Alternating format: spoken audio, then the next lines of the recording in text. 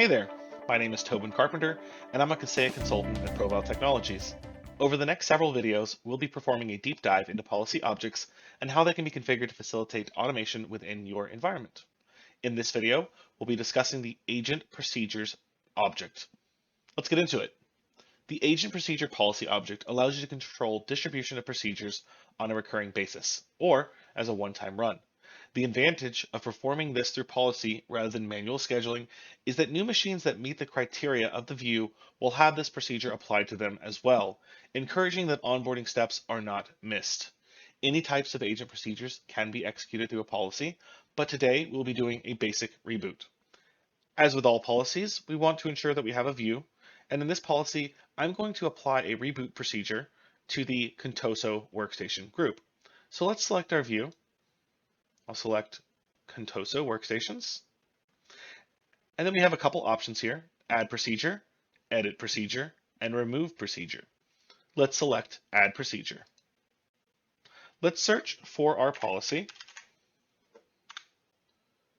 And let's expand our folders until we find the policy that we're looking for. Select it once, and then select the tab at top called Schedule. Let's set up our recurrence. We'll do this one weekly. Ensure that schedule will be based on the time zone of agent rather than server is selected. Let's set it to run at 2 a.m. with a 30-minute distribution window. And we're going to run that on Tuesdays. Let's select our starting on date. I'm going to select the next Tuesday. No end date is set. And I'm also going to ensure that skip if offline is selected. That way, this procedure does not run when the computer turns on. This is situational. There will be some times that you will want the procedure to run, or to queue, I should say, and run the next time the machine comes on. But for the reboot, I do not. Let's make sure our settings look correct. And let's select Add. And now you can see we have a reboot procedure. It's going to run every 1 week within 30 minutes of 2 a.m. And there's the start date and no end date.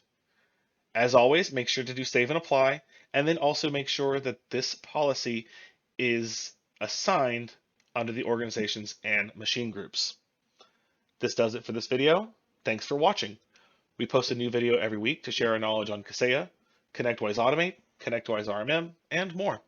Let us know what else you would like to see, or if you have any questions, please leave your response in the comment section below, and please subscribe so you don't miss out on future content.